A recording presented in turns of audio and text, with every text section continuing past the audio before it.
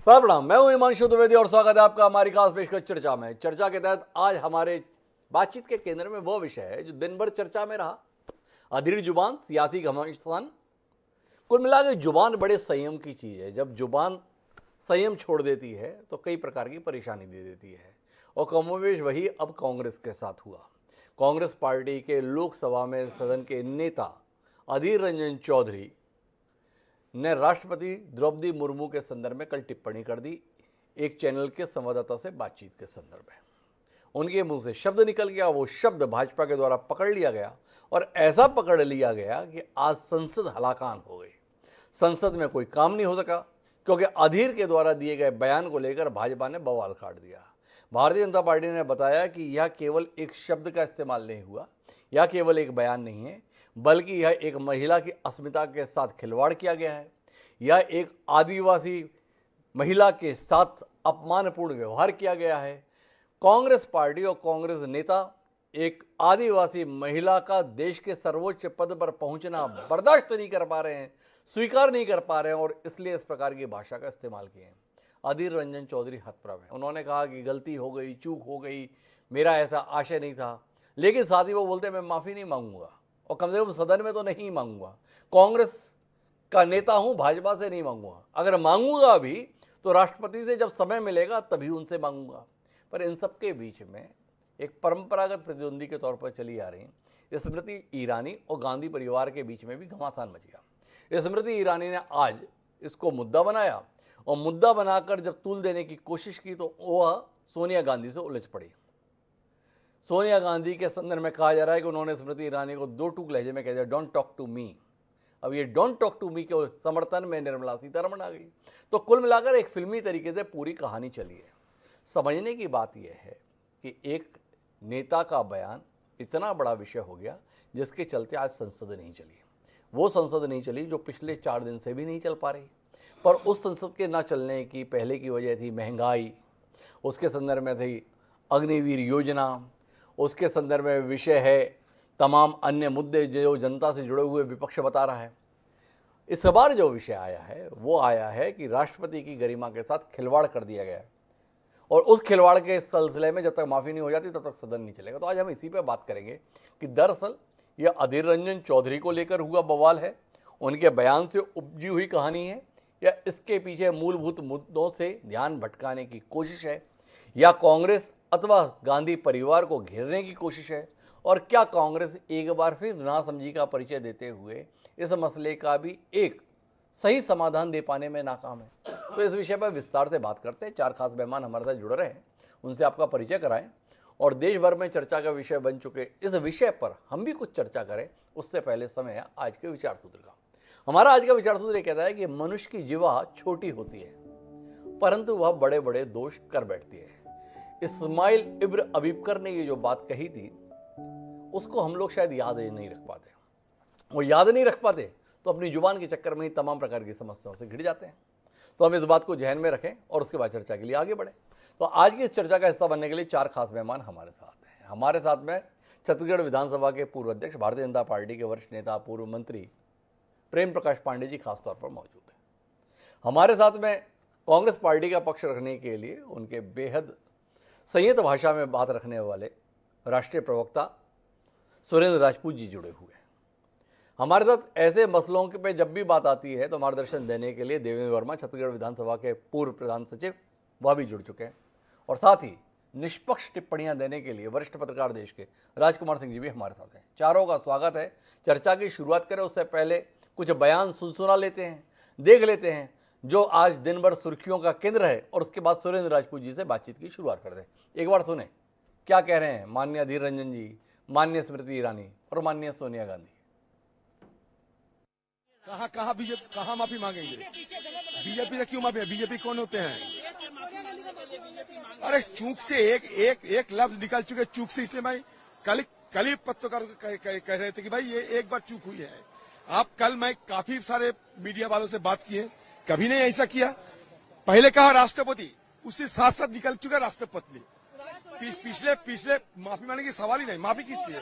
चूक हो गए। एक बार बाय डिफॉल्ट चूक हुई है, सिर्फ एक बार निकल चुकी, तो क्या करें? अभी मुझे फांसी पे लटकाना है तो लटका दो। कांग्रेस के नेता सदन ने देश की राष्ट्रपति को राष्ट्रपत्नी कहकर संबोधित कर उनका अपमान किया। कांग्रेस पार्टी आदिवासी महिला का ये सम्मान पचा नहीं पा रही। कांग्रेस पार्टी गरीब परिवार की बेटी देश की राष्ट्रपति बने, इसको पचा नहीं पा रही। अधीर रंजन चौधरी ने द्रौपदी मुर्मू जी का अपमान वापस नहीं लिया। माफी मांगो इस देश से, माफी मांगो सोनिया गांधी आदिवासियों से, माफी मांगो औरतों से, माफी मांगो कैद से लेकर मानव तक। सम्मान के साथ इस देश की सेवा की।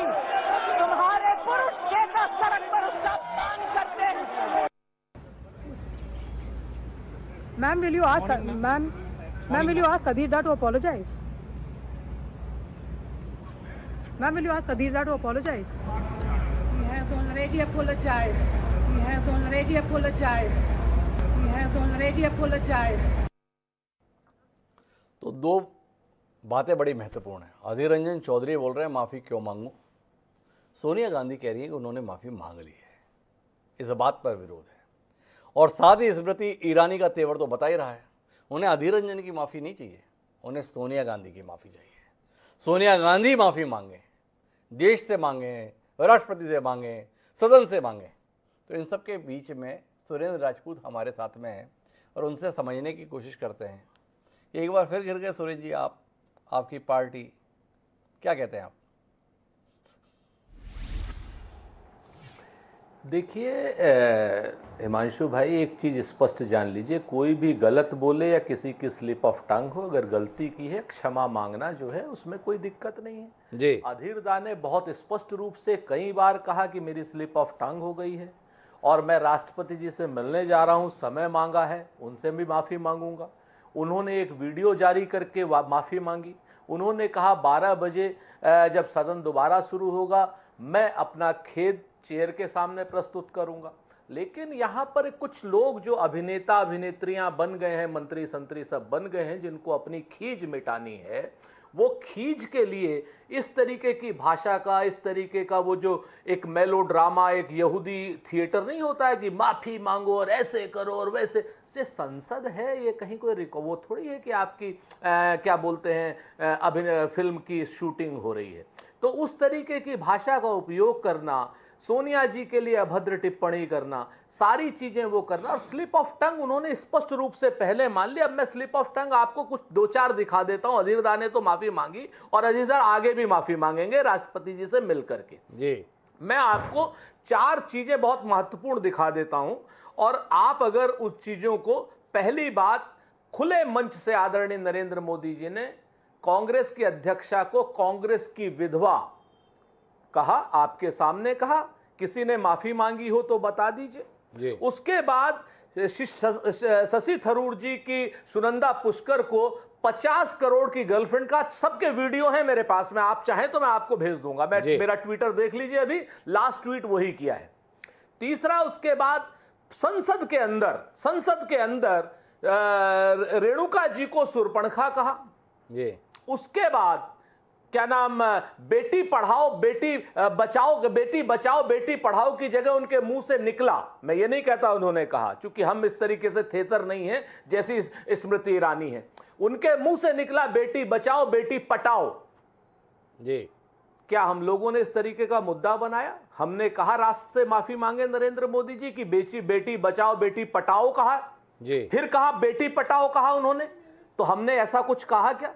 इस तरीके की बातों को लेकर के जिस तरीके से भारतीय जनता पार्टी वितंडावाद फैला रही है, मुख्य मुद्दों से अलग हटना चाहती है, वो महंगाई के मुद्दे से अलग हटना चाहती है, वो अग्निवीर के मुद्दे से अलग हटना, भागना चाहती है, महंगाई और जीएसटी से भागना चाहती है, खाद्य पदार्थों पर जो जीएसटी लगाई है उससे भागना चाहती है, और वो अपनी महिला सांसदों को आगे करके जिस तरीके का संसद को ठप करना चाहती है, संसद में सारगर्भित बहस ना हो सके वो करना चाहती है, ये तो नहीं होने दिया जाएगा। उसी के संदर्भ में श्रीमती सोनिया गांधी जी आगे बढ़कर भाजपा की वरिष्ठ नेता हैं जो चेयर पे भी बैठती हैं। 12 बजे चूंकि वो नहीं थे, क्या नाम, ओम बिरला साहब, चेयर पे रमा जी को बैठना था, तो उनके पास गई थी बात करने के लिए। उसमें वो स्मृति जी जो है 2 सीट पीछे थी, कूद के आगे आ गई जी। और वो कह रही हैं, जब उन्होंने श्रीमती सोनिया गांधी जी ने कहा कि डोंट टॉक टू मी, तो उन्होंने कहा you don't know who am I जी। अरे इतना बड़ा, इतना अपमानजनक व्यवहार, इतनी इस तरीके की मर्यादाओं को तार तार करना, ये स्मृति ईरानी जी अपनी खींच मिटा रही हैं। वो कौन सा सिली बार है या सिली सोल है, पता नहीं क्या क्या है। ये बार बनाने वाले, बियर बेचने वाले, ये अपने परिवार को इस तरीके के कार्यक्रमों में उतारने वाले, इन सब लोग इस तरीके की भाषा सदन में इस्तेमाल करेंगे। ये सारी बात तो ठीक है सुरेश जी, पर क्या आपको नहीं लगता है कि अधीर रंजन चौधरी ने चूक कर दी? अगर वह सुबह ही इस बात को बोल देते कि हाँ ये शब्द गलती से निकला और मैं इसके लिए माफ़ी मांगता हूँ, तो विषय ख़त्म हो जाता। आपको वो बयान क्या मैं दोबारा सुनवाऊँ जैसे आप बताना चाहते हैं, जिसमें अधीर रंजन चौधरी बार बार बोल रहे हैं माफ़ी किस बात की, क्यों मांगूँ माफ़ी, किस बात के लिए माफ़ी मांगूँ, इन पाखंडियों से क्यों मांगूँ? क्या आपको नहीं लगता है कि लोकसभा में कांग्रेस संसदीय दल के नेता अधीर रंजन चौधरी ने पार्टी को बिना बिठाए मुसीबत में डाल दिया? आपको, अरे भाई आप एक मिनट, देखिए मैं आपका बहुत सम्मान करता हूं, आपके चैनल का बहुत सम्मान करता हूं जी, और मैं जानता हूं आप निष्पक्ष शख्स हैं जी। लेकिन कभी कभी क्या होता है कि अनटाइमली बातें पक्षपात को बढ़ावा देती हैं जी। तो मेरी आपसे एक निवेदन है कि आज सुबह से ट्विटर पर आप कांग्रेस के, आईएनसी टीवी के, सुरेंद्र राजपूत के और अधीर रंजन चौधरी के, मैं जिम्मेवारी से कह रहा हूं, चले जाइए। स्मृति ईरानी जी जिस समय कह रही थी उस समय अधीरदा माफी मांग रहे थे जी। आप बात समझिए। ये चूंकि ये जो चैनल वाले लोग हैं, गोदी मीडिया के लोग हैं, मैं साफ साफ कहता हूं, जो गोदी मीडिया के लोग हैं उस अहिंदी भाषी, बांग्ला भाषी आदमी से गलत तरीके से कहलवा रहे थे। उस शख्स की क्या नाम, हिंदी कमजोर है जी। उसकी खींच को, जिस तरीके से उसके ऊपर हमला कर रहे हैं, वो हिंदी भाषा नहीं जानते, हिंदी भाषा कम जानते हैं। तो अगर वो ऑलरेडी माफी मांग चुके हैं कितनी, और उन्होंने कहा कि मैं राष्ट्रपति जी से मिलकर के भी माफी मांगूंगा। और मेरा तो एक चीज और कहना, एक निवेदन और है, राष्ट्रपति जी माफ करें अच्छी बात, और अगर राष्ट्रपति जी माफ नहीं करती है तो एफआईआर कराएं अधीर रंजन चौधरी के खिलाफ। अगर स्लिप ऑफ टंग होने की पे उनको खेद मंजूर नहीं है तो एफआईआर कराएं। तो एफआईआर कराएं। सूरज राजपूत जी पूरी तरीके से बात ये कह रहे हैं कि कांग्रेस पार्टी ने इस बयान का समर्थन नहीं किया। अधीर रंजन चौधरी एक गैर हिंदी भाषी क्षेत्र से ताल्लुक रखते हैं। अगर उनके मुंह से कोई बात निकल गई तो वो उसे अपनी चूक के तौर पर स्वीकार कर रहे हैं और आखिर में वह माफ़ी भी मांग चुके हैं। और सबसे बड़ी बात यह कि जिस व्यक्ति के संदर्भ में उस व्यक्ति से व्यक्तिगत रूप से मिलकर भी माफ़ी मांगने के लिए तैयार हैं। इसके बावजूद भी भारतीय जनता पार्टी संसद से लेकर सड़क तक इस मुद्दे पर प्रदर्शन कर रही है। देश भर में भाजपा के कार्यकर्ताओं ने जुलूस निकालकर इसमें माफ़ी के संदर्भ में प्रदर्शन कर दिए। जानना चाहते हैं प्रेम प्रकाश पांडे जी, वाकई अधीर रंजन चौधरी इतनी बड़ी हस्ती हैं जिनके लिए आपने इतना सारा माहौल बना दिया, या वस्तुतः असल मुद्दों पर बात करने का दम नहीं है तो इसलिए चलो इसी पर बवाल काट के समय काट लिया जाए, इसलिए ये माहौल बना दिए? समझना चाहते हैं प्रेम प्रकाश? नहीं, देखिए अधीर रंजन जी का जो बयान है जी, अधीर रंजन जी कोई सामान्य कार्यकर्ता नहीं है जी। सदन में लोकसभा के नेता हैं और कांग्रेस पार्टी के, और लंबे समय से हैं। जो उनने बयान दिया, जिस चैनल पे दिया, उस चैनल को सबने देखा। उन्होंने 2 बार पहले राष्ट्रपति का, राष्ट्रपति के बाद फिर बोला उन्होंने नहीं राष्ट्रपति नहीं, राष्ट्रपत्नी जी। और फिर बोला कि राष्ट्रपत्नी सबकी है तो हमारी क्यों नहीं जी। इसके बाद जो एंकर था, एंकर ने कहा कि आप जो है राष्ट्रपति ही सही शब्द है, आप उस पर, तो उन्होंने मुंह झटका लिया। ये विजुअल है जी। अब इसके बाद जब बात उठ रही है कि भाई संसद में क्यों, राष्ट्रपति महामहिम पूरे देश के 140 करोड़ लोगों के प्रमुख हैं, संवैधानिक प्रमुख हैं, तीनों सेनाओं के प्रमुख हैं, और साथ ही साथ संसद के भी वो प्रमुख हैं। जी तो संसद में वो बात नहीं उठेगी।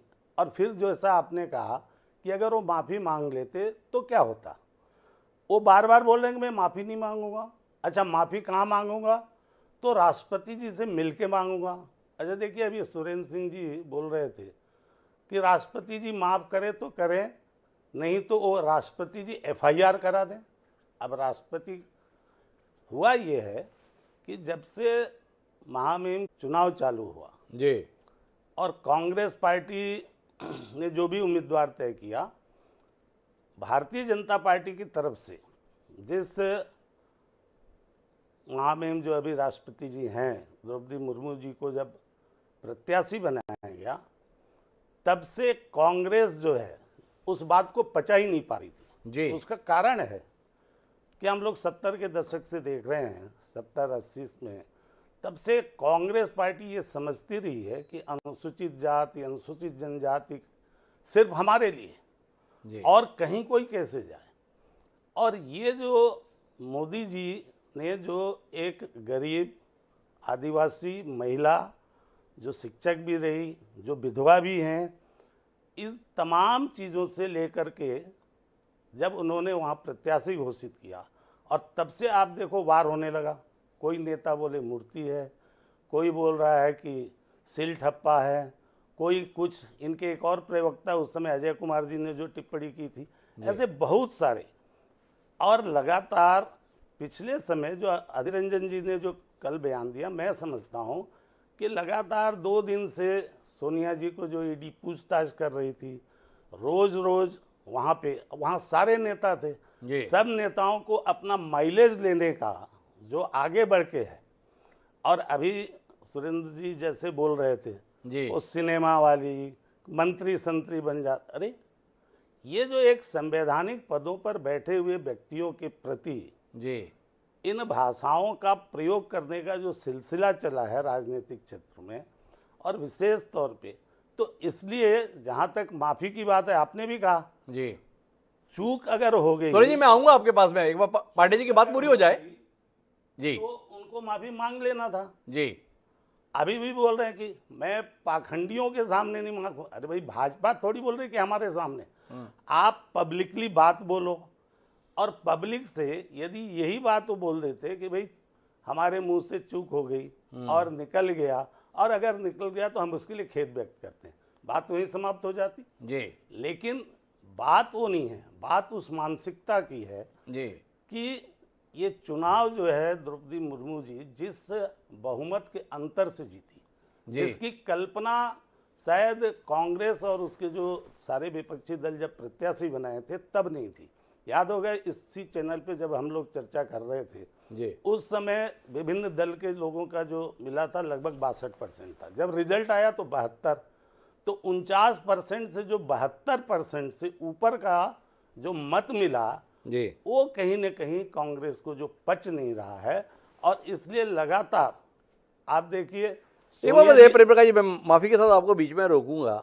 अधीर रंजन चौधरी के मुंह से एक शब्द निकल गया, हालांकि इस शब्द को लेकर पहले भी भाषाविद चर्चा करते रहते हैं कि भाई ये सभापति, ये राष्ट्रपति, ये पुरुषवाचक शब्दों का इस्तेमाल क्यों किया जा रहा है। अगर कोई महिला सभा में बैठी है और सभा की अध्यक्षता कर रही है तो उसके संदर्भ में सभापति शब्द का इस्तेमाल क्यों किया जाए, इसको लेकर पहले भी भाषाविदों के बीच में चर्चा रही है, बहस रही है कि पति शब्द का इस्तेमाल क्यों किया जाए। ये पुरुषवादी मानसिकता को दिखाता है। ये बात आपसे इसलिए कह रहा हूँ कि निर्मला सीतारमण कह रही हैं कि ये लैंगिक असमानता का प्रतीक है, जिस प्रकार की बात अधीर रंजन चौधरी ने कही। लेकिन मेरा उससे भी ज़्यादा महत्वपूर्ण है कि आपको अधीर रंजन चौधरी का एक बयान सुनाई दे गया। द्रौपदी मुर्मू की जीत पर कांग्रेस के तमाम नेताओं ने बधाई दी। राहुल गांधी, सोनिया गांधी, इन सब ने बड़ी प्रसन्नता जताते हुए उन्हें भविष्य के लिए शुभकामनाएं दी।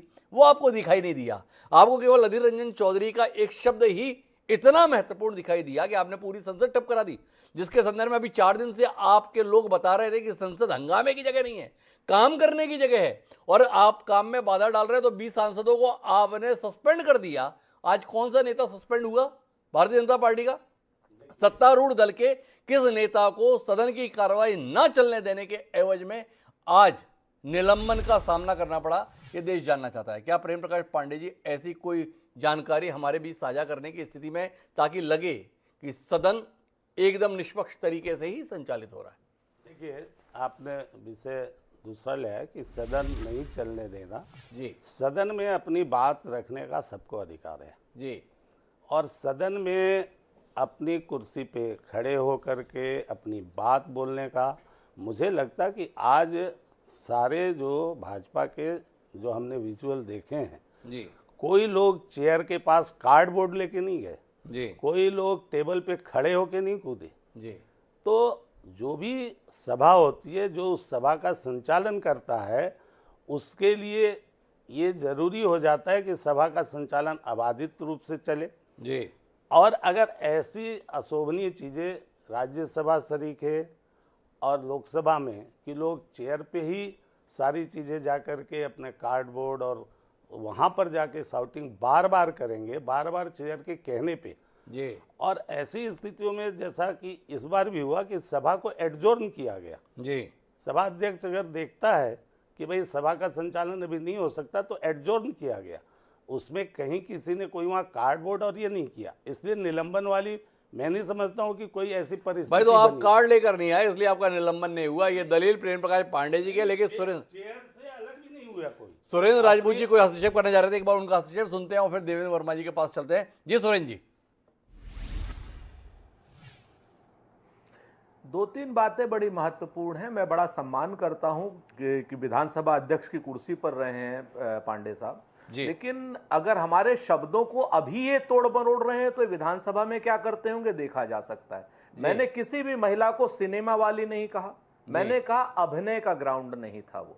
जी एक चीज बहुत स्पष्ट रूप से, क्योंकि आप कल की डेट में हमारे खिलाफ भी यही मोशन ले आएंगे जाकर के कि हम तो उल्टी सीधी बातें कर रहे थे। एक चीज बहुत स्पष्ट जानिए पांडे साहब, आप अपने दल के नेता हैं, आप एक विधानसभा के अध्यक्ष की प्रतिष्ठित कुर्सी पर बैठ चुके हैं, ऐसी गलत बयानी आपको शोभा नहीं देती। दूसरी बात आपको मैं बताऊं कि आज अधीर दा ने ऑलरेडी लिख करके दिया था चेयर को कि साहब 12 बजे मैं सदन में अपना पक्ष रखूंगा, मैं माफी मांग लूंगा जी। लेकिन भारतीय जनता पार्टी के नेताओं ने होने ही नहीं दिया, इसलिए कि स्मृति ईरानी अपनी खीज मिटा रही हैं गोवा की बार वाली जी। मैं जिम्मेवारी से कहता हूं खीज मिटा रही है, और उसमें भारतीय जनता पार्टी के संतोषजनक सांसदों का समर्थन नहीं है उनको, क्योंकि वो लोग भी अच्छे लोग हैं जी। अब आप आ जाइए, नरेंद्र मोदी जी के 4 बयान मैंने सुनवाए आपको, 4 बयान मैंने बताया आदरणीय पांडे जी। 5वां बयान दीदी और दीदी वाला भी था कलकत्ता में ममता जी के लिए। इन 5 बयानों पर अगर आपकी हिम्मत हो, आपकी हैसियत हो और आप में हौसला हो तो आप कहिए नरेंद्र मोदी माफी मांगे जी। कांग्रेस की विधवा पेंशन के पैसे खा जाती है, क्या उचित बयान था? रेणुका कुमार सूर्पणखा है, ये सदन के अंदर का बयान था, सही था या गलत था? इसके बाद आप बताइए मुझे कि बेटी बचाओ और बेटी पटाओ, और उसके बाद शशि थरूर का बयान, शशि थरूर के क्या नाम वाइफ के लिए 50 करोड़ की गर्लफ्रेंड, और अभी आखिरी दीदी और दीदी, दीदी और दीदी। अगर आप में हिम्मत हो, आप जनता के नेता हो, आप हम सम्मान करते हैं आपका, अगर हिम्मत हो, हैसियत और हौसला हो तो इन 5 बयानों तो पर सुरेंद्र राजपूत जी ये चाहते हैं कि भाई हम स्मृति ईरानी का कुछ कर पाए ना कर पाए, किसी और का कुछ कर पाए ना कर पाए, पर प्रेम प्रकाश पांडे को तो कम से कम भाजपा से निकलवाने का इंतजाम कर ही जाए, और कहीं नहीं तो इस कार्यक्रम के माध्यम से ही कर ही जाए। तो ऐसी कोशिश सुरेंद्र राजपूत जी कर रहे हैं जी। मैं एक बात कहना चाहूँगा। पहली बात तो उन्होंने जो कहा कि मैं अध्यक्ष की कुर्सी पे रह के क्या करता रहा जी, जो मुझे करना था मैंने किया जी। और मैं अभी भी बोलता हूँ कि मैंने ये नहीं कहा कि किसी महिला के बारे में, आपने जो संवैधानिक पद पे वो मंत्री हैं, आपने मंत्री के साथ संतरी लगाया जी। अभिनय करने वाले मंत्री संतरी बन जाते, ये आपने कहा है आप ही के इसी चैनल में, आप चाहो तो विजुअल पुराना देख सकते हो जी। इसलिए मेरा उसमें नहीं ये कहना है। जहाँ तक आप मोदी जी की बातों की बोल रहे हैं, तो उन्होंने जिस जिस संदर्भ में उस समय जो कहा होगा, क्योंकि वो संदर्भ आज नहीं है जी। और उन्होंने किसी का ना तो नाम लेके कहा और ना किसी इसमें कहा, वो किस कॉन्टेक्स्ट में कहा आज हम उस बारे में नहीं बात कर रहे हैं। इन्होंने सीधे राष्ट्रपति पद पर बैठे हुए व्यक्ति को राष्ट्रपति की जगह, मैंने तो शुरू में ही कहा कि अगर ये मानते कि भाषाई चूक हो गई तो एक बार नहीं 2 बार, और आप विजुअल देख लीजिए, उसमें जो एंकर है वो अपना ले रहा है और बोल भी रहा है कि भाई राष्ट्रपति जी सही शब्द है, लेकिन वो उसको ये नहीं कर रहे हैं, बाद में बोल रहे हैं कि हम इतना ढूंढें। तो वो अगर क्षमा मांगने की भी बात बोल रहे हैं तो बोल रहे हैं कि राष्ट्रपति जी से मिल के मांगूंगा। भाई आप पब्लिकली मांगने में आपका क्या जाता है? ये दो अलग अलग स्थितियां हैं जो सुरेंद्र राजपूत जी कह रहे हैं और जो चैनल पे चल रहा है। सुबह 10 बजे अधीर रंजन चौधरी का तेवर अलग होता है, पर जब संसद में यह विषय बवाल का स्वरूप ले लेता है तो अधीर रंजन चौधरी अपने दिए गए बयान से पलटते हैं और संसद में लिखित में दे देते हैं कि मैं बयान देने के लिए तैयार हूं, माफ़ी मांगने के लिए तैयार हूं। लेकिन तब तक भारतीय जनता पार्टी का एजेंडा बदल चुका है। अब उसे अधीर रंजन चौधरी की माफ़ी नहीं चाहिए, अब उसे सोनिया गांधी की माफ़ी चाहिए। लेकिन हम इस चर्चा को थोड़ा और आगे विस्तार देना चाहते हैं और देवेंद्र वर्मा जी के पास आना चाहते हैं। देवेंद्र वर्मा जी, आपसे समझना चाहते हैं, ये निलंबन के संदर्भ में आपको हमने अपने साथ जोड़ा है। जब मन आ रहा है उस समय विपक्ष के सांसदों को सदन से बाहर का रास्ता दिखाया जा रहा है, बताया जा रहा है कि ये संसद की कार्रवाई को बाधित कर रहे हैं, देश के पैसे का नुकसान कर रहे हैं, महत्वपूर्ण विषयों पर चर्चा नहीं होने दे रहे हैं। विपक्ष के नेता ये बताते हैं कि हम महंगाई पे बात करना चाहते हैं, गरीबों के संदर्भ में जीएसटी लगा दिया गया अनाज के ऊपर, उस पर हम बात करना चाहते हैं। हम अग्निवीर योजना को लेकर युवाओं के बीच में आक्रोश है, इस पर बात करना चाहते हैं। और चूंकि इन सब पर बात नहीं की जा रही है, तब तक हम सदन को चलने नहीं दे रहे हैं। तो कहा गया कि आपको निलंबित किया जाता है। आज सदन बिल्कुल नहीं चला, चला तो हंगामे के साथ चला, पर कोई निलंबन की कार्रवाई नहीं हुई। ये आपसे जानना चाहते हैं कि आसंदी के पीठ पर बैठे हुए लोग क्या पार्टी के अनुसार फैसले लेते हैं या निलंबन के संदर्भ में केवल और केवल आसंदी पर बैठे हुए शख्स की मनमर्जी ही फैसला लेती है, या देश के संदर्भ में ये समान न्याय की जो बात कही जाती है वो इन विधानसभाओं में या संसद में लागू नहीं होती है? देखिए, पहली बात तो यह है, मैं शुरू वहां से करूंगा जी कि जो अधीर रंजन जी ने जो बयान दिया जी वो हाउस का विषय नहीं था, जी वो संसद का विषय ही नहीं था। न तो कोई सूचना थी उसके बारे में, न कोई नोटिस था, न कुछ था। बाहर राजनेता ने कोई यदि बयान दिया है, उस बयान के आधार पर संसद की कार्रवाई नहीं चलने देना, निश्चित तौर पर उसका उद्देश्य कुछ अन्य था। उसका उद्देश्य केवल अधीर रंजन की माफी मांगना नहीं था। आप और हम सब देख रहे हैं, पिछले 5-6 दिनों से सभा की कार्रवाई केवल इसलिए नहीं चल रही कि जिन विषयों के ऊपर नोटिसेस दिए हुए हैं, महंगाई और जीएसटी, उन विषयों के ऊपर सदन में चर्चा नहीं हो रही है। चर्चा क्यों नहीं हो रही है, उसका एक कारण ये था, पीयूष गोयल ने कहा कि जब ये निर्मला सीतारमण क्योंकि अभी सदन में नहीं आ रही हैं, वो क्योंकि अभी अवकाश पर हैं, वो बीमार हैं, इसलिए जब वो आएंगी तब सदन में इसमें हम चर्चा करेंगे।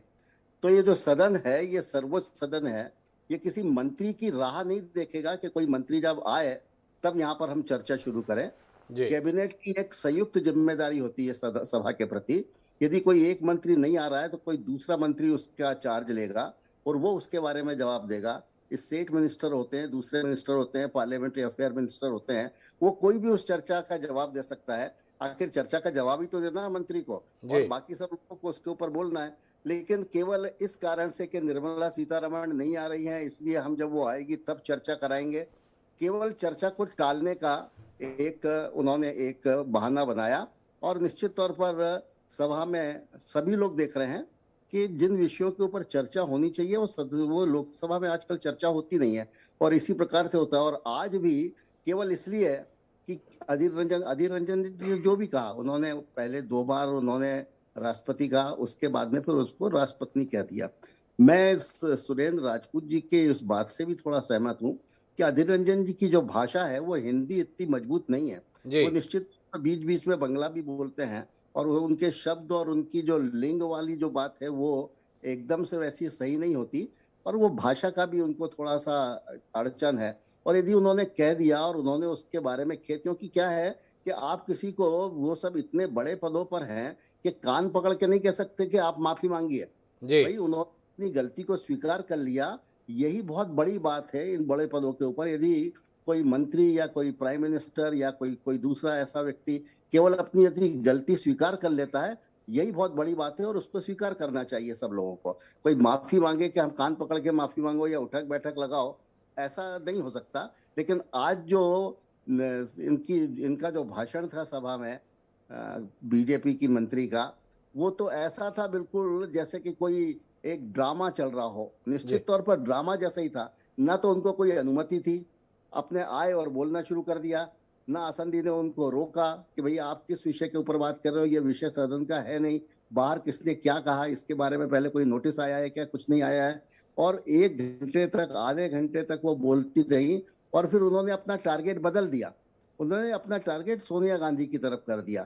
तो ये केवल एक पॉलिटिकल स्टंट था उनका कि वो किसी भी प्रकार से, जैसा सुरेंद्र राजपूत जी कह रहे हैं, वो सोनिया गांधी के प्रति पूर्वाग्रह से ग्रसित थी और इसीलिए उन्होंने सब इस प्रकार की बातें करी। और अधीर रंजन की ने उन्होंने जब स्वीकार, अब अधीर रंजन ही ऐसा बता रहा है सुरेंद्र राजपूत, उन्होंने लिखित में दे दिया था, तो चलने देना चाहिए था। 12 बजे तक सदन चलने देना चाहिए था। उसके बाद में यदि कुछ कहना था तो कहते, लेकिन 12 बजे तक सदन नहीं चलने दिया और उसके बाद में स्थगित हो गया सदन। तो इस टाइप का तो मैं समझता हूँ कि अधीर रंजन से यदि गलती हो गई थी तो उन्होंने स्वीकार कर लिया था। इतने बड़े पद के ऊपर किसी व्यक्ति को अपनी गलती को स्वीकार कर लेता है, ये पर्याप्त होता है। और भारतीय जनता पार्टी ने निश्चित तौर पर अन्य कारणों से कि इन विषयों के ऊपर चर्चा न हो सके, सदन को पूरे दिन नहीं चलने दिया, पूरा एडजॉर्न करना तो विषय को भटकाने के लिए पूरा एजेंडा हुआ। कुल मिलाकर भारतीय जनता पार्टी ने सदन का इस्तेमाल अपने मन माफिक कर लिया। कमोबेश ऐसा निष्कर्ष देवेंद्र वर्मा जी अपने संसदीय ज्ञान के आधार पर निकाल रहे हैं। पर मैं आना चाहता हूं राजकुमार सिंह जी आपके पास में और आपसे जानना चाहता हूं, क्या भारतीय जनता पार्टी एक शब्द से एक बार फिर कांग्रेस को कटघरे में खड़ा करने में कामयाब रही? क्या आप देख पा रहे हैं कि कांग्रेस पार्टी आदिवासी विरोधी छवि के साथ लोगों के बीच प्रस्तुत होने की स्थिति में नहीं आ गई है? क्या भारतीय जनता पार्टी संसद से लेकर सड़क तक जिस तरीके से इस मसले को गरमाने की कोशिश कर रही है, उसकी प्रतिक्रिया में कांग्रेस की कोशिश आपको पर्याप्त लग रही है? सुरेंद्र राजपूत इस कार्यक्रम में बैठकर दलील दे रहे हैं 12 बजे अधीर रंजन चौधरी ने माफ़ी मांगने की बात कह दी थी। क्या आपको वो माफ़ी की कोई सूचना जानकारी में आई राजकुमार जी?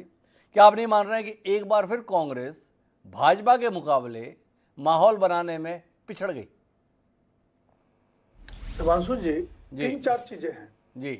अधीर रंजन चौधरी ने पहली बार कांग्रेस को मुश्किल में नहीं डाला है जी। आप याद कर लें, संसद के अंदर लोकसभा में अधीर रंजन चौधरी प्रधानमंत्री नरेंद्र मोदी के बारे में भी टिप्पणी कर चुके हैं और बाद में सफाई उन्होंने यही दी कि मेरी हिंदी अच्छी नहीं है जी, मैं माफी चाहता हूँ जी। सही है, ये बात सही है कि उनकी हिंदी अच्छी नहीं, लेकिन आपको उसी भाषा में गंभीर विषयों पर, संवेदनशील विषयों पर बोलना चाहिए जिसमें आप अपनी अभिव्यक्ति बेहतर कर सकते हो जी। अगर आपको ये एहसास हो गया था कल, जैसा कि वो खुद कह रहे हैं कि मैंने टीवी चैनल वालों से भी कहा, कई लोगों से कहा, तो फिर आपने आज तक इंतजार क्यों किया था माफी मांगने का? अगर अधीर रंजन चौधरी कल ही ऐसी संवेदनशीलता दिखाते कि माफी मांग लेते, तो आज जो हमने सदन में सीन देखा, या जो सीन क्रिएट किया गया, वो नहीं होता, उसका मौका नहीं मिलता जी। पहली बात, देवेंद्र वर्मा जी कह रहे थे कि बड़े लोग माफी मांग लें तो बड़ी बात है जी। मैं थोड़ा सा असहमत होता हूं कि बड़े लोगों की छोटी से छोटी गलती भी बड़ी मानी जानी चाहिए क्योंकि वो बड़े हैं और लोग उनको बड़े की नजर से देखते हैं। उनके आचरण का, उनके व्यवहार का, कथन का ज्यादा बड़ा असर होता है। अधीर रंजन चौधरी से जो हुआ, भाषागत गलती हुई, उच्चारण की गलती हुई, जो भी वजह हो, गलती बहुत बड़ी थी और उस गलती का सुधार उतनी ही जल्दी से किया जाना चाहिए था। अगर वो होता तो आज के परिदृश्य हमको सदन में नहीं दिखते। दूसरी बात, आज सदन में जो कुछ हुआ, जैसी आपने शुरुआत में टिप्पणी की, देवेंद्र वर्मा जी ने भी की, सुरेंद्र राजपूत भी कह रहे थे, वो सीधे सीधे पॉलिटिकल एजेंडा था जी। और वो पॉलिटिकल एजेंडा का अवसर निश्चित रूप से कांग्रेस ने या अधीर रंजन चौधरी ने उनको उपलब्ध कराया। एक बात समझ से परे है, मैं बाकी जो वक्ताओं ने टिप्पणी की उनको तो नहीं दोहराना चाहता, लेकिन स्मृति ईरानी जिस तरह से कह रही थी सोनिया गांधी देश से माफी मांगो, जी।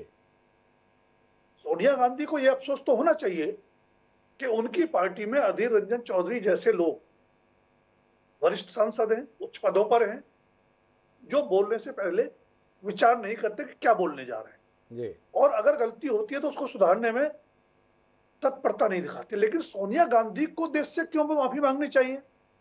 गलती अधीर रंजन चौधरी की, उनको मांगनी चाहिए। देवेंद्र वर्मा जी का जो पॉइंट है वो संसदीय प्रक्रिया की दृष्टि से उचित हो सकता है कि संसद के बाहर का विषय है, उस पर संसद में हंगामा नहीं होना चाहिए जी। अगर फिर भी वो हंगामा हुआ, पॉलिटिकल एजेंडा बहुत क्लियर है। तीसरी बात जो आप कह रहे हैं, एक बार फिर कांग्रेस राजनीतिक प्रबंधन में, राजनीतिक सोच में, रणनीति में कांग्रेस के मुकाबले कमजोर साबित हुई है। उन्होंने उनको मुद्दा दिया, भाजपा ने मुद्दा बनाया, अच्छे से बनाया, ये अलग बात है कि उसका सवाल उठ रहे हैं कि उनके सांसदों का निलंबन क्यों नहीं हुआ। लेकिन मुझे इसमें संदेह है कि इस तरह का मुद्दा बना के या माहौल बना के आप इसको इस तरह पेश कर पाएंगे कि कांग्रेस को एक आदिवासी या महिला राष्ट्रपति बर्दाश्त नहीं हो रही है जी। देश में महिला राष्ट्रपति पहले भी बनी है जी। वंचित और दलित वर्ग के लोग पहले भी उच्च पदों पर बैठते रहे। तो हर मुद्दे को एक खास दृष्टि से पेश करना न तो देश के लिए उचित है, न लोकतंत्र के लिए उचित है। व्यक्ति से गलती हुई, व्यक्ति को माफी मांगनी चाहिए, बिना शर्त मांगनी चाहिए और देश से मांगनी चाहिए, सिर्फ राष्ट्रपति से नहीं जी। राष्ट्रपति देश की संवैधानिक प्रमुख है, लेकिन उसको राजनीतिक रंग देने की कोशिश मुझे लगता है लोकतंत्र के हित में नहीं है। इससे चीजें बिगड़ती हैं और व्यक्ति कोई भी हो, यह बात सब पर लागू होती है कि आप किसी भी व्यक्ति के बारे में, चाहे वो छोटा है बड़ा है, किसी भी दल का है, जब बात करते हैं मर्यादा और गरिमा के साथ करें। जी। पर मैं साथ में इस पे और आगे बढ़ना चाहूंगा। जिस प्रकार से प्रस्तुत किया जा रहा है, देश के वित्त मंत्री आ गए कि भाजपा के सांसदों को सोनिया गांधी के द्वारा धमकाया गया, इसके संदर्भ में भी बतौर पत्रकार आप कोई टिप्पणी करना चाहेंगे? देखिए हिमांशु जी, जितना हमने देखा जी, उसमें धमकाने जैसी कोई चीज सामने नहीं आती जी। सोनिया गांधी रमा देवी से बात कर रही थी, वो पूछ रही थी कि मेरे नाम के नारे क्यों लग रहे हैं। जी। जवाब रमा देवी को देना चाहिए था, जी। स्मृति ईरानी को बीच में नहीं बोलना चाहिए। जी। क्यों बोली? सोनिया गांधी ने ये टिप्पणी की, I don't want to talk to you, don't talk to me. तो मुझे लगता है ये भी कहीं ना कहीं बहुत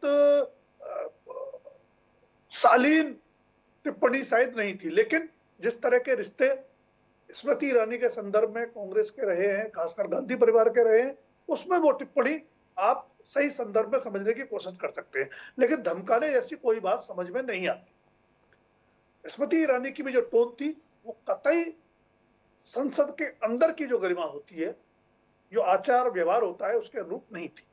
उनके तेवर बहुत तीखे थे और लगभग डिक्टेटिंग उसमें सोनिया गांधी देश से माफी मांग। तो कई सारे मुद्दे निकल कर आए। मुझे जाना तो सुरेंद्र राजपूत जी के पास है, लेकिन इनके उत्तर लेने के लिए मुझे प्रेम प्रकाश पांडे जी से पहले बात करनी पड़ेगी। और प्रेम प्रकाश जी से ये समझना होगा, देवेंद्र वर्मा जी बता रहे हैं कि आखिर किस अधिकार से माननीय स्मृति ईरानी आधे घंटे का भाषण दे ली, इसके संदर्भ में कोई दृष्टि? दो महिलाएं परस्पर बात कर रही हैं, तीसरा जबरदस्ती उसमें कूदे और उसको अगर कह दिया जाए कि मैं आपसे बात नहीं कर रही, तो इसको धमकाने के तौर पर प्रस्तुत किया जाए।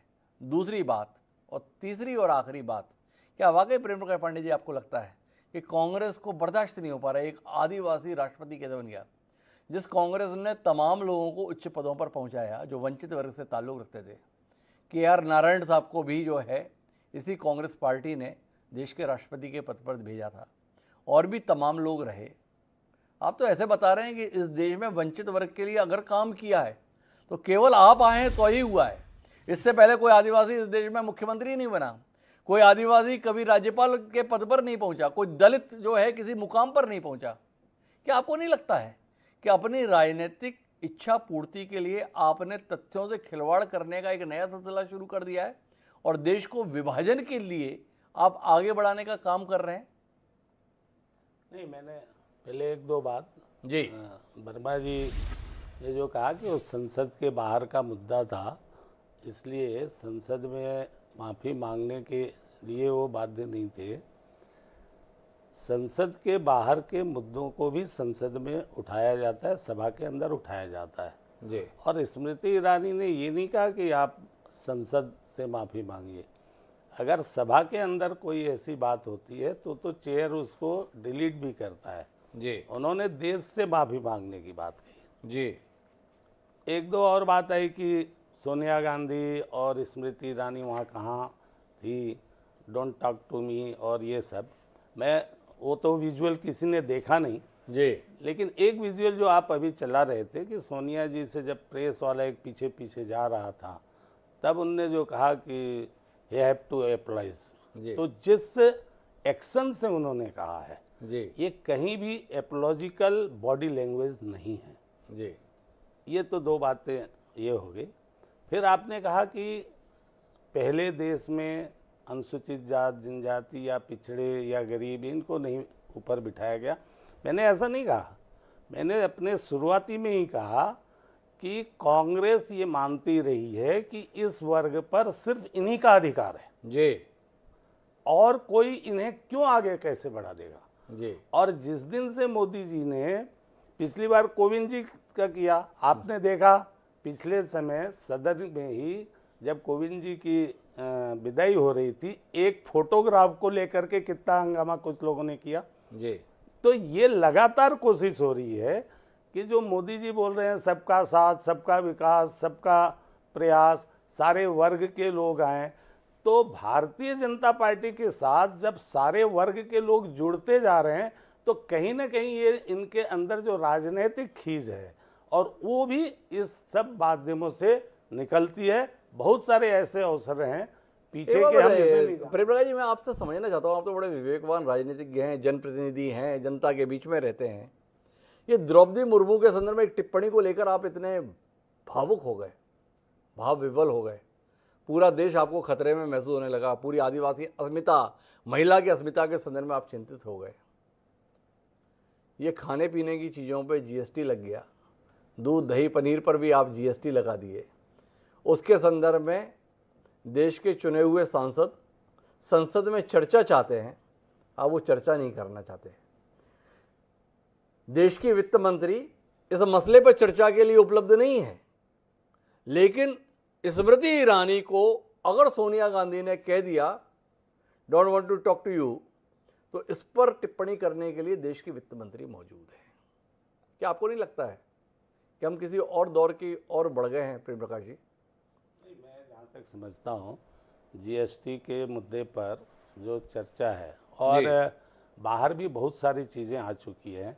अगर हम टीवी चैनलों पर जितने डिबेट्स हुए हैं उन पे देखें तो सब अपनी अपनी आधी अधूरी बात बताते हैं जी कि भाई 140 करोड़ लोगों पर जीएसटी लगा दिया गया। अरे भाई 80 करोड़ लोगों को तो गेहूं जो है बीपीएल के माध्यम से मुफ्त में मिल रहा है, तो 140 करोड़ का बार बार ये लोगों के तरफ से भी आया है कि भाई जो जीएसटी लगा है। अरे तो प्रेम प्रकाश जी सदन में चर्चा हो जाने दीजिए ना। मैं आ रहा हूं इस पे, आपने कहा इसलिए सदन में चर्चा कराना नहीं कराना, ये जो सदन के अध्यक्ष हैं, सरकार तो बार बार कह रही है कि हम सदन में चर्चा के लिए तैयार हैं जी। और जहाँ तक वर्मा जी जानते हैं कि जिन नियमों के तहत वो चाहते होंगे वो नियम कैसा है और नहीं है।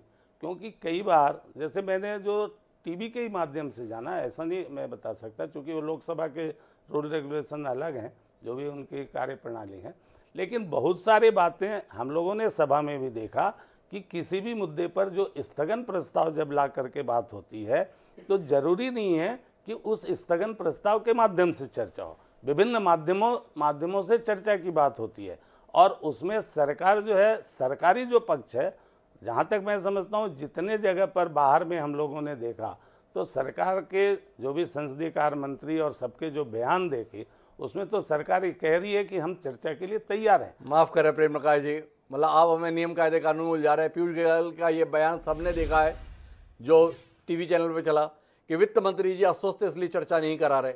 इसके संदर्भ में देवेंद्र वर्मा जी बोल ही रहे हैं कैबिनेट के अंतर्गत, मतलब आप सदन इस बात का इंतजार करें कि ये मंत्री स्वस्थ हो जाए तो बातचीत होगी।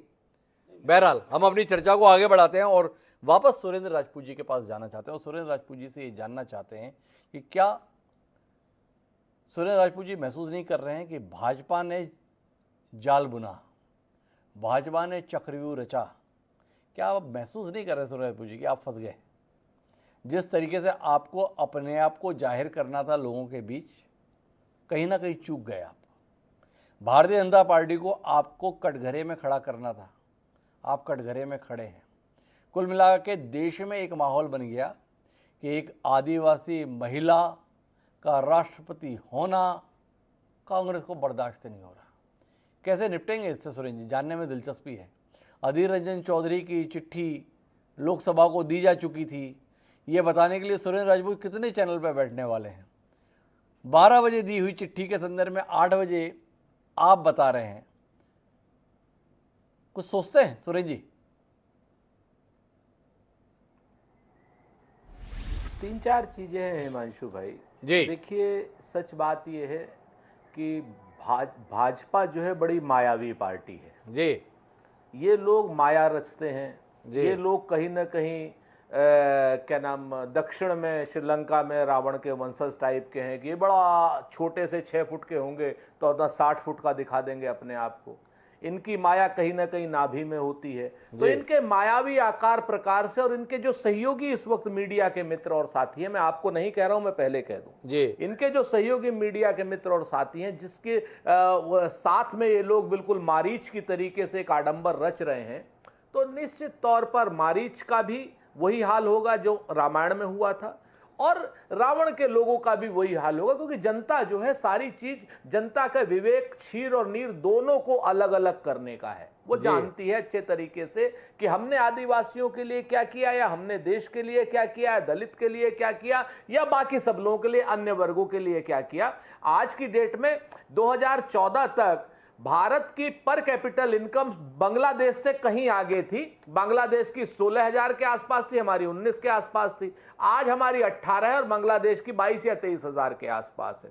तो ये सारी चीजें सब जानते हैं, सब समझते हैं कि किस वक्त नौकरियां कितनी थी, किस वक्त बेरोजगारी कितनी थी, किस वक्त ये किसको लालच दिया गया था कि काला धन आएगा, 15-15 लाख सबको मिलेंगे। किसको कहा गया था सदन में, किस पार्टी ने आज की डेट में बताया कि पिछले 6 सालों में 22 करोड़ लोगों ने रोजगार के लिए, नौकरी के लिए आवेदन किया था, मात्र 7,22,000 लोगों को नौकरी मिली है भारतीय जनता पार्टी के शासन में।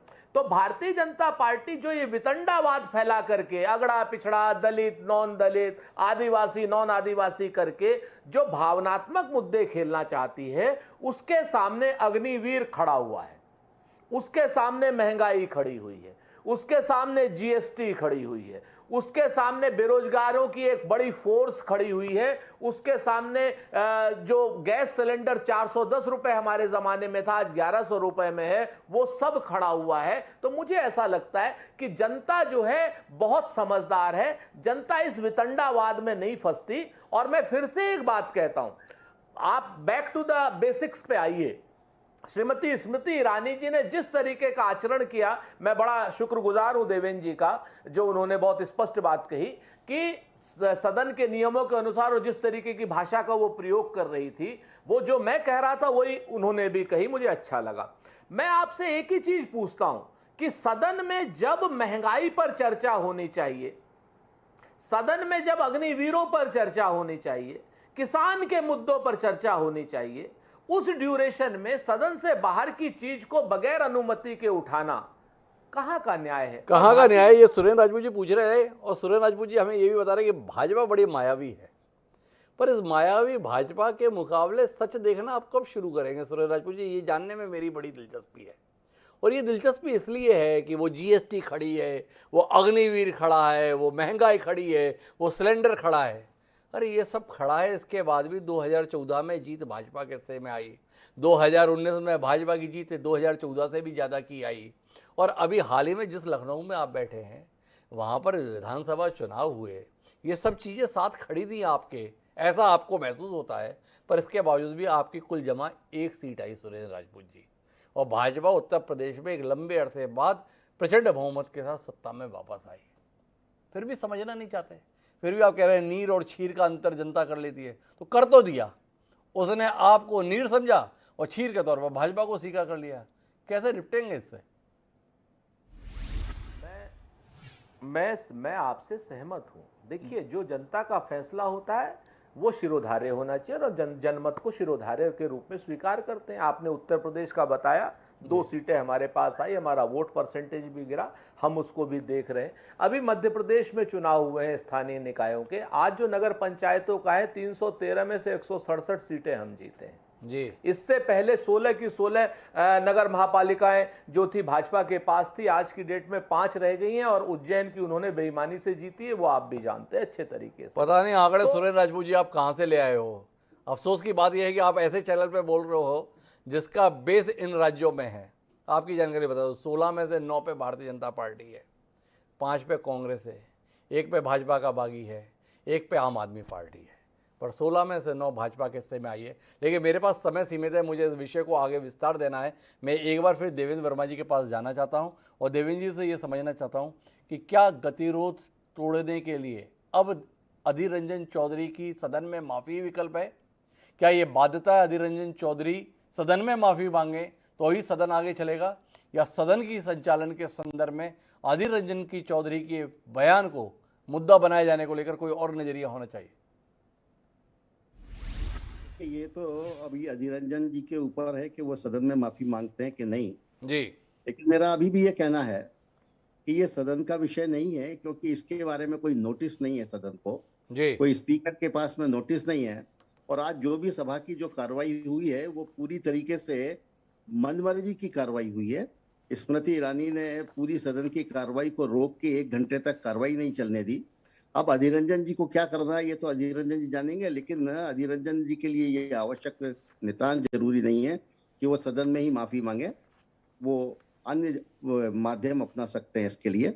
लेकिन केवल इसलिए कि स्मृति ईरानी चाहती है कि वो सदन में माफी मांगे, जब सदन का विषय नहीं है, सदन में कोई नोटिस नहीं है, सदन में चर्चा के लिए किसी प्रकार की सूचना प्राप्त नहीं हुई है, केवल बाहर यदि कुछ कहा है उसके आधार के ऊपर सभा में वो माफी मांगे, मैं नहीं समझता ये ठीक नहीं है। लेकिन मैं बिल्कुल एक अलग नजरिए के लिए राजकुमार सिंह जी आपके पास आना चाहता हूँ और आपसे ये जानना चाहता हूँ कि आज के इस बवाल के चलते हिंदी को कितना बड़ा नुकसान होने जा रहा है, इस पर आपकी कोई दृष्टि है? हम पहले ही हिंदी की स्वीकार्यता देश में बने इसको लेकर संघर्ष कर रहे हैं। एक गैर हिंदी भाषी व्यक्ति के हिंदी में दिए गए बयान को जिस तरीके से तूल दे दिया गया है, क्या ये हिंदी की स्वीकार्यता के संदर्भ में भविष्य में संकट पैदा नहीं करेगा? क्या भारतीय जनता पार्टी की तात्कालिक कोशिश भाजपा के दीर्घकालिक उद्देश्य को प्रभावित नहीं करेगी? क्योंकि देश के गृह मंत्री अमित शाह जी ने बीच में कहा था कि समय आ गया है कि हिंदी को विस्तार दिया जाए। प्रधानमंत्री की अभिलाषा है हिंदी को वो सम्मान मिले जिसकी वो हकदार है। इस देश की राजभाषा, राष्ट्रभाषा के तौर पर हिंदी को अंगीकार किया जाए। पर एक हिंदी के शब्द के चलते अधीर रंजन चौधरी कटघरे में खड़े हो गए। क्या कहते हैं, एक बड़े नुकसान की ओर नहीं बढ़ गए हम? आपकी आशंका बिल्कुल सही है जी। अब ये होगा कि एक तरफ तो हम हिंदी के विस्तार की बात करते हैं और जिन राज्यों में हिंदी भाषा के तौर पर बहुत ज्यादा लोकप्रिय नहीं है बोलचाल में, वहां भी कोशिश करते हैं कि हो। लेकिन अगर इस तरह की घटनाएं होंगी, मैं अधीर रंजन चौधरी की टिप्पणी का बचाव नहीं कर रहा हूं जी, वो अलग है, लेकिन अगर हम किसी अहिंदी भाषी के हिंदी के उच्चारण को लेकर के इस तरह का मुद्दा बनाएंगे, माहौल बनाएंगे, तो एक स्वाभाविक प्रतिक्रिया ये होने वाली है कि जो हिंदी भाषी राज्यों के लोग हैं, जो संवेदनशील या जिम्मेदार पदों पर बैठे लोग हैं, जिनको लेके विवाद ज्यादा बड़े और जल्दी खड़े हो सकते हैं, वो हिंदी में बोलने से बचेंगे जी। तो ये एक बड़ा खतरा तो है। लेकिन एक बात मैं जरूर कह रहा हूं, जो आपने सवाल पूछा देवेंद्र वर्मा जी से, जी।